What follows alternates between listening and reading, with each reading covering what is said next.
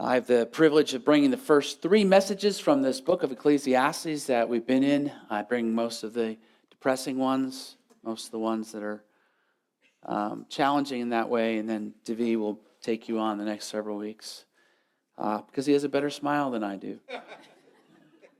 He's not as mean as I am. So I think we set it up that way on purpose. In the 1970s, psychologists Brickman and Campbell developed a theory that describes the modern human experience. The theory is simple. Humans have a baseline of happiness. When something good happens, you get a raise, you buy a new car, you go on a vacation, your happiness spikes. But very quickly, you adapt to that new standard of living. The spike fades, you return to your baseline, and then you have to buy even more and experience something even bigger just to get the same feeling again. As I mentioned last week, or maybe the week before, we are literally running on a treadmill. We're sweating, striving for joy, but never actually moving anywhere. We might think this is a theory, but the facts show that we are trying to buy our way out of emptiness. We're the most entertained, stimulated, and pleasure-seeking generation in at least U.S. history. Consider something that we would call, or could call, the experience economy. The experience economy. See, we don't just buy goods anymore, we buy experiences. In the United States alone, the media and entertainment industry is valued at over $717 billion. The average American spends roughly $3,000 to $4,000 just on entertainment, streaming, hobbies, electronics. According to recent Nielsen data, they're the ones that track watching, viewing habits in the U.S., the average American adult spends this many hours per day interacting with media. I asked my wife this morning, how many hours a day does the average American spend? That's not rhetorical. What do you think? 5, 8, 5. The 14 would be closest. The average American adult spends over 11 hours per day interacting with media. Time to sleep? Maybe you're sleeping and interacting with media. See, when the soul feels empty, we try to fill it with sensory experiences. If we can just keep watching and scrolling, maybe we won't hear the deeper questions that our hearts are really asking us. Is this it? Is this all there is? But what if you had an unlimited budget? What if you were the richest man on earth and had the power to deny yourself nothing? What would you do then? Well, we have some data about that this morning from King Solomon, who 3,000 years ago ran that exact experiment. He maxed out his credit card of earthly pleasure so we wouldn't have to. In Ecclesiastes 2, he invites us back into his diary to show us why the treadmill actually never takes us home. Instead of reading this entire passage for you, I'm going to read it as we go through it for time's sake. And as always, we have a response time. I welcome your thoughts or questions. We are in Ezekiel. That would be another tough book. We are in Ecclesiastes chapter 2. In chapter 1, this is a reminder. Solomon wrestled with the question, can I reason or wisdom my way to meaning? In chapter 2, he's going to ask, can I feel my way there? He runs the second experiment. The first thing he does is what I would call an executive summary. An executive summary right off the bat. This is summarizing what the rest of the passage is. There's no mystery. Solomon's going to just say, I said to myself, come now. I will test you with pleasure to find out what is good. And here's his summary. That also proved to be meaningless. That also proved to be Meaningless. Come now, he says. This is language of confidence, optimism, expectation. Wisdom failed, but experience is probably going to succeed because I'm going to feel good. There's a deliberate experimentation here with feelings. He's testing a hypothesis, but we know what's going to happen because he gives us the verdict right here. Everything is going to be proved to be meaningless. Remember the word we use for meaninglessness? Vapor, smoke, poof, vapor, ungraspable. Pleasure, promised meaning, but it evaporated on contact. Think about the brand new phone you get, whether that's Android or an iPhone. It's so exciting. Comes in that box. Very few of you have ever kept. You have the box and you open the box and it's in pristine condition. And some of you could not remember the time you had a screen without blemishes on it. And you buy a beautiful case for it and you try to figure out what all these buttons do and just learning all about it. And you're wondering, you show your friends, look at my new phone. Look how it's 8 times larger than my last phone. And then in 2 or 3 weeks, it's just a phone. Now, it doesn't mean it's not a good phone. It doesn't mean that it's not something important. It's not something you shouldn't have gotten. There's nothing wrong with it, but the thrill is gone, baby. Pleasure works like that. It delivers an initial rush, but it cannot sustain meaning, and this is true of our age. This is sort of the gospel of our age. If life feels heavy, then just travel more. Buy better things, eat better food, laugh more often, escape. Our modern creed says, you don't need answers to life's deep questions, you need experiences. And this is what many of us do, and maybe today are continuing to do. And that's why the ancient message that we've been reading is so ridiculously relevant for us. Solomon believed this too. So this is his executive summary. So we know where we're going. It's not going to be exciting. It's going to be depressing at the end. But let's find out how he develops this sort of experiment. Laughter and fun. Let's try laughter and fun. Laughter, I said, is madness. And what does pleasure accomplish? I tried cheering myself with wine and embracing folly, my mind still guiding me with wisdom. I wanted to see what was good for people to do under the heavens during the few days of their lives. Now listen, laughter itself is not sinful at all. This laughter masks pain. Can't heal it. Now, I'm sure, like me, like my wife, you have times where you've had a hard week and you just want to go to your favorite comedian, right? It's like that dude's going to take me as far away as my work week as possible. Maybe it'll make fun of my work week. We know this kind of laughter, right? We want it to kind of fill up space and distract. Solomon calls it madness, not because it's immoral, but because it disconnects us from reality. He calls it madness because at the end of the day, there's escapism there. In the 1930s in the United States, it was the worst economic downturn in modern history. Yet, it was the golden age of Hollywood. I have a stat here. In the depths of the Depression between 1930 and 1938, between 60 million and 80 million Americans went to the movie theater every single week. Now, people don't go to you younger people. It actually used to be a thing. We used to go to the movie theaters. All right. The U.S. population was about 123 million people at the time. So that means roughly 65% of the entire population was sitting in a dark theater once a week while unemployment was skyrocketing. The point is, people didn't have the money for food, but they had nickels to go to the movies. They were desperate to turn their brains off and to escape for 2 hours.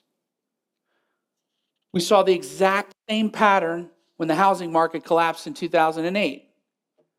While banks were failing and people were losing their homes, Hollywood had a record-breaking year. 2009, arguably the worst year of the recession for average families, the domestic box office surpassed $10 billion for the first time in history. While other industries were plummeting, movie attendance actually increased by nearly 60% in the first quarter of 2009. Now, some of you know the movie that captured the hearts of those in 2009. Can any of you remember what the... No, it was not the Titanic, although you hoped it would have been. Yes, you got it. The biggest hit was Avatar. A movie literally about leaving a dying, broken world to enter a vibrant, colorful, but artificial paradise. This we call existential pleasure. Pleasure meant to answer the question of meaning. That's what he was looking for, and that's what we look for, and it fails. So laughter and fun seems to fail. So Solomon's going to try something else. Solomon is going to try achievement. He moves from sensation to construction. I highlighted some verbs in these verses. I undertook great projects. I built houses for myself and planted vineyards. I made gardens and parks and planted all kinds of fruit trees in them. I made reservoirs to water groves of flourishing trees. I bought male and female slaves and had other slaves who were born in my house. I also owned more herds and flocks than anyone in Jerusalem before me. I amassed silver and gold for myself and the treasure of kings and provinces. I acquired male and female singers and a harem as well, the delights of a man's heart. What is the main personal pronoun here? It is I. I made great works. I built houses. I planted. This is his autobiography. I built, I planted, I made, I gathered. He's crafting the perfect life with gardens and pools and servants and herds and silver and gold and music and luxury beyond imagination. If pleasure could ever satisfy a human being, it would satisfy Solomon, because he had it all. Imagine opening your refrigerator or your cupboard at home, and your fridge has every food that you love in it.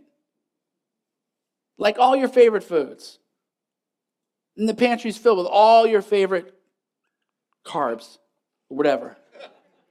Sweets and everything. There's just nothing in your house right now, or everything in your house is available to you, and it's all the things that you love the most. But the problem is, you're not hungry. The problem is not supply of these things, it's the appetite. Solomon's life was fully stocked, nothing was missing, but his soul's hunger remained. Achievement like this can fill your calendar. Achievement can fill your house. But achievement cannot satisfy your heart. It can't fill it. Well, let's try fame. I became greater by far than anyone in Jerusalem before me. In all this, my wisdom stayed with me. I denied myself nothing my eyes desired. I refused my heart no pleasure. My heart took delight in all my labor, and this was the reward for all my toil. This was the reward for all my toil. To understand the weight of the statement from Solomon, we have to recognize his unique position. He's not an average person trying a new hobby. He is a monarch with unlimited resources. So Solomon represents the absolute ceiling of human potential. So if you think money, power, or fame will satisfy you, Solomon's the test case, because he had more of it than anyone before him. You know, most of us live with this illusion, if I only had a little more money, I'd be happy. If I only had a little more, I'd be happy. Solomon removes the if only, because he had it all. By surpassing everyone, he eliminated the excuse that he simply didn't try hard enough. It makes our statement, if I only had a little more, ridiculous. Because it's never enough. The phrase, whatever my eyes desired, here, he just got whatever he wanted, speaks to the covenant nature, to the covetousness in our heart. We see, we want. Solomon short-circuited that delay between seeing and having. There was no delayed gratification for Solomon. He didn't need it. He saw it, he took it, or he made it. It's the fantasy of our modern age, immediate gratification. No budget constraints, no moral hangups, no waiting periods. I mean, anytime you're on social media, that's what you're being marketed. Am I right? You won't find anything they're advertising that says, you don't need this now. And you don't have anything that says, you don't need this. It's for you, and you need it now. He says, my heart took delight in all my labor, and this was the reward for all my toil. I want to be clear about something here, because I think it can be confusing. Many religions and philosophies claim that worldly success is fake, or that sin is miserable. Solomon argues the exact opposite, which is more intellectually honest. He validates that there is a genuine dopamine hit in achievement. Winning an award, building a house, or earning a promotion does feel rewarding. Does it not? Is it not self-evident to us that those things feel good? The text says, this was my reward. See, the reward wasn't lasting meaning. The reward was the momentary feeling of satisfaction. By admitting that satisfaction in creation and delight in beauty are real, as he is doing, the passage avoids a cynical worldview. It acknowledges that being human and creating things is good. There's some good things there. But then you would ask the question, well, if the pleasure is real, then what's the problem? The joy of achievement fades the moment the achievement is normalized. The pleasure is not a hallucination. It's actually there. There's pleasure there, but you can't hold on to it. It slips through your fingers. It's smoke. So this leads to the ultimate despair of a successful person. They climbed the mountain, they felt the joy of the summit, and then they realized, I have to go back down. And the feeling is not going to be sustained forever. So Solomon, his experiment proves that while you can find happiness in your work, the reward, you cannot find ultimate purpose from your work. Let me repeat that, because I think this is one of the major tenets of what he's saying. You can find happiness in your work. There's reward in your work. But you cannot find ultimate purpose from your work. The pleasure is a genuine experience, but that pleasure is a terrible God. And so at the end, we have a final assessment. Yet when I surveyed all my hands had done and what I had toiled to achieve, everything was, here it is, meaningless. As a chasing after the wind. Nothing was gained under the sun. Over and over again, the phrase, under the sun. This is the assessment. Solomon steps back. The music dies down. The party's over. People have left the palace. We're not using any of those buildings for anything. And when the noise stops, nothing remains. This is the moment when his life collides with reality. That the pleasure, it gave Solomon a rush, but it didn't give him a foundation. One commentator says it this way: he had full hands and an empty soul. His hands were full and his soul was empty. Permit me to use a sports analogy. American football quarterback Tom Brady has 7 Super Bowl rings. 7 championships. 6 he won with the Patriots, 1 he won with the Buccaneers. He has more championship rings than any single NFL franchise in history. See, Brady, as a quarterback, he didn't just win a lot. He won more than entire organizations have ever won. He's the greatest quarterback who ever lived. You can ask a question about that during response time. I think it's probably appropriate. The year he retired, many of you know this, he signed a contract to become a commentator on American football. The richest contract in U.S. commentator on football history. It's a 10-year contract with Fox Sports. He makes $375 million. He makes $37.5 million a year televising 20 games. To put that in perspective, the $37.5 million per year is more money annually in retirement than he did in most of his seasons as an active player. The contract is worth more than the total career earnings of almost every other player in NFL history. So by every metric under the sun, he had won the game of life. Now, let's go back to 2005, and you can see this on YouTube. I'm not posting it, but I'm going to share it with you. Tom Brady sat down for an interview with 60 Minutes, which is a United States program, interviews and all kinds of investigations. At the time, Tom Brady was only 27 years old. He was young, wealthy, famous. He had already done the impossible. At that time, he had led his team to 3 Super Bowl championships. But in a moment of rare vulnerability, he looked at the interviewer, Steve Croft, and asked a question that haunts the human soul.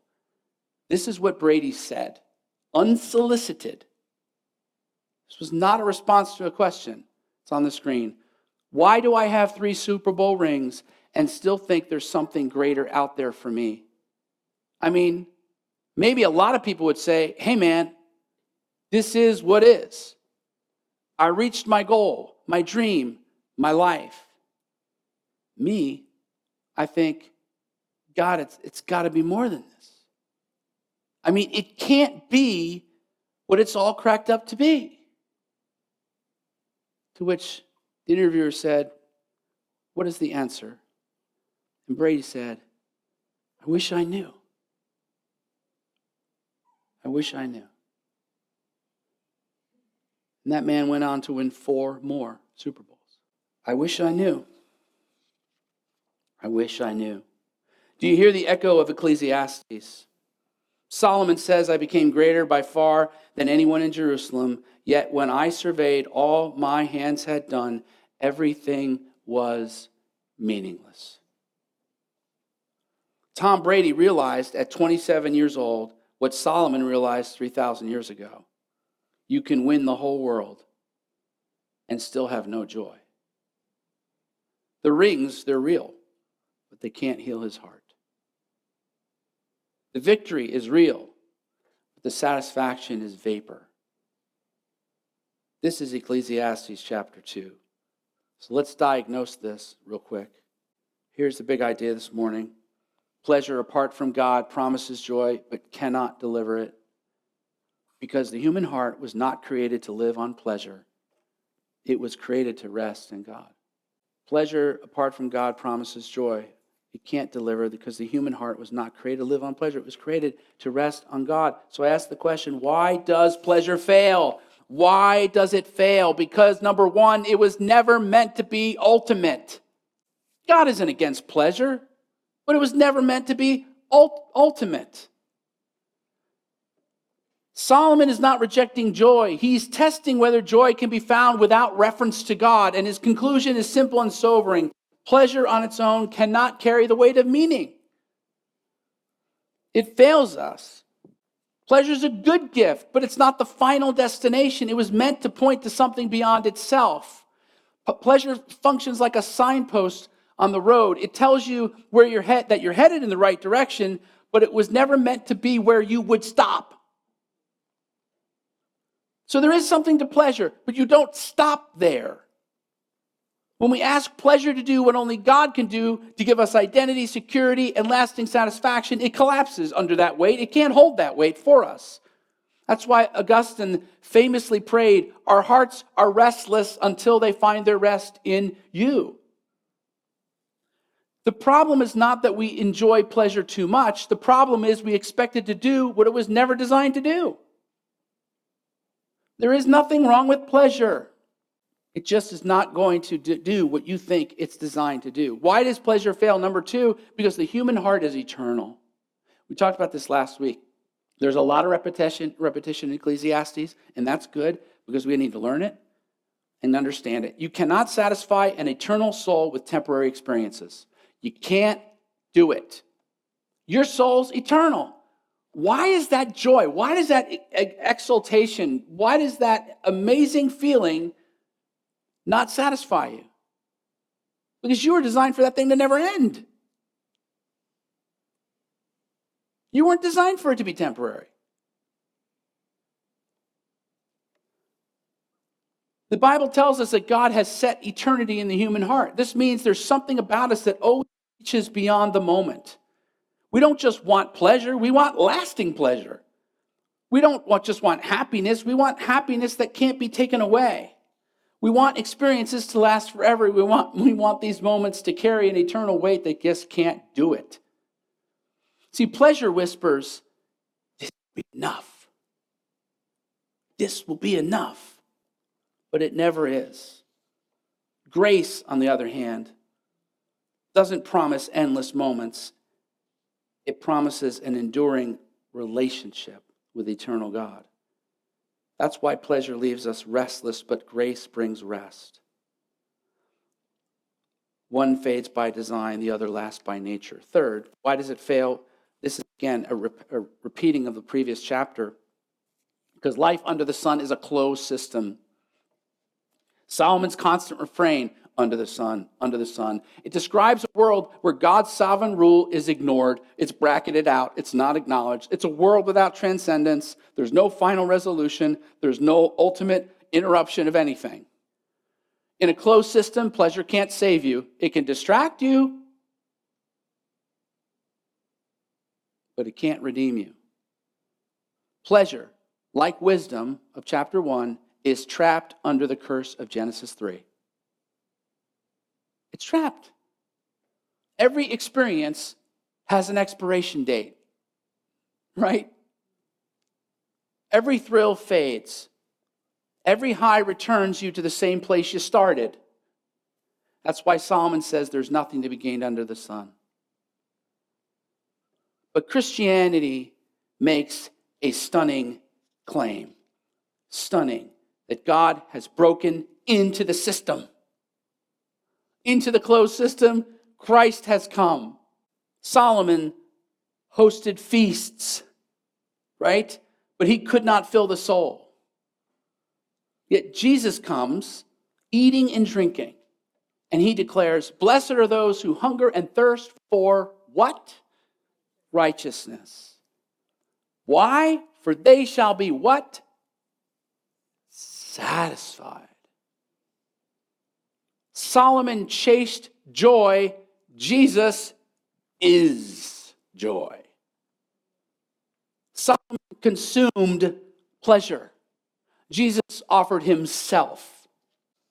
Jesus becomes the man of sorrows. He bears the emptiness that Solomon describes, the vanity, the frustration, futility of a fallen world. All of it converges on Jesus. So the judgment that our restless, pleasure-seeking deserved is poured out on Christ for us, so that our hearts that are tired of chasing could finally rest. This is the good news of the gospel.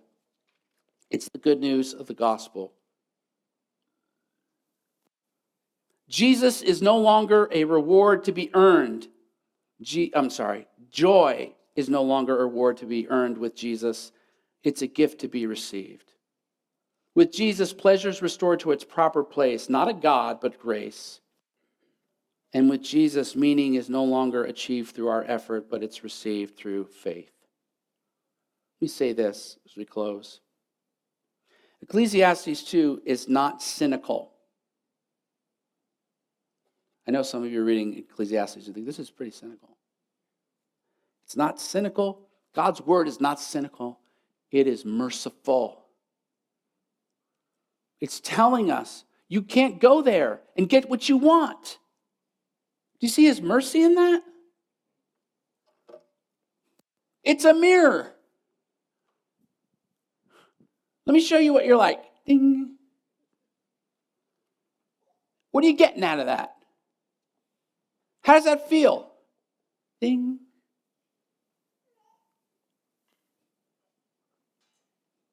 Striving after the wind. Tell me about that.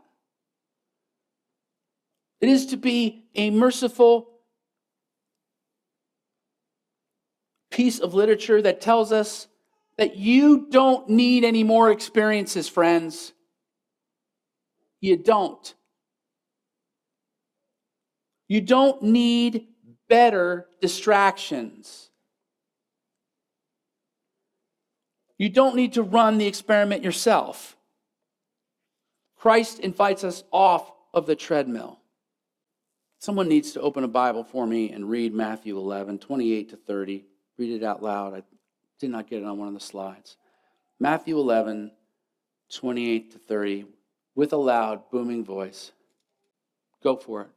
Boom it. Come to me, all you who labor and are heavy laden, and I will give you rest.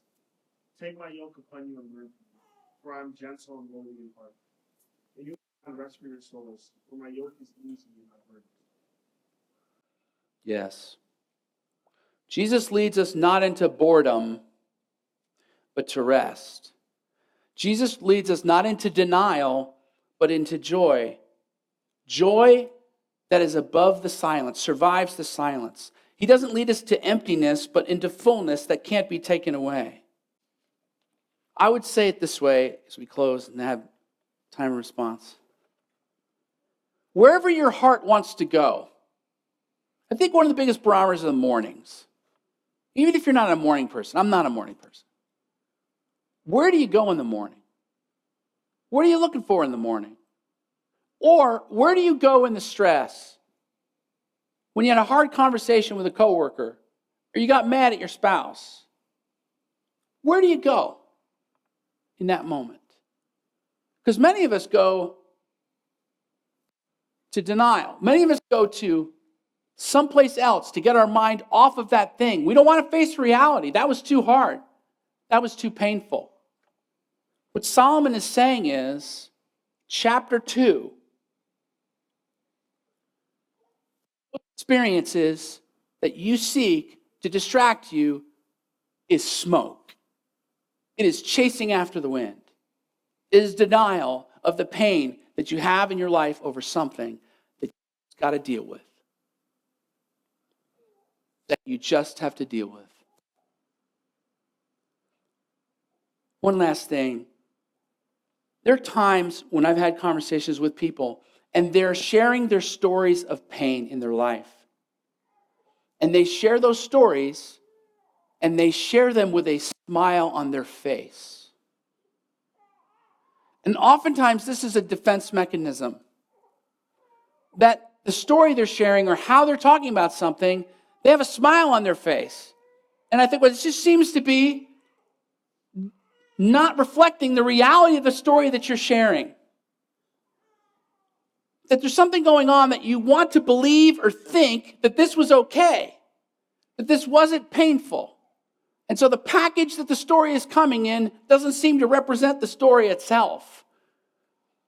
And I think in life, many of us try to do that. It's this is really hard, but it's going to be okay. Well, yes, with Jesus, it's going to be okay. But it's also really hard. And there's the reality that can sit on us as a weight. But the solution isn't to deny the reality of the pain. The solution is to acknowledge where to go.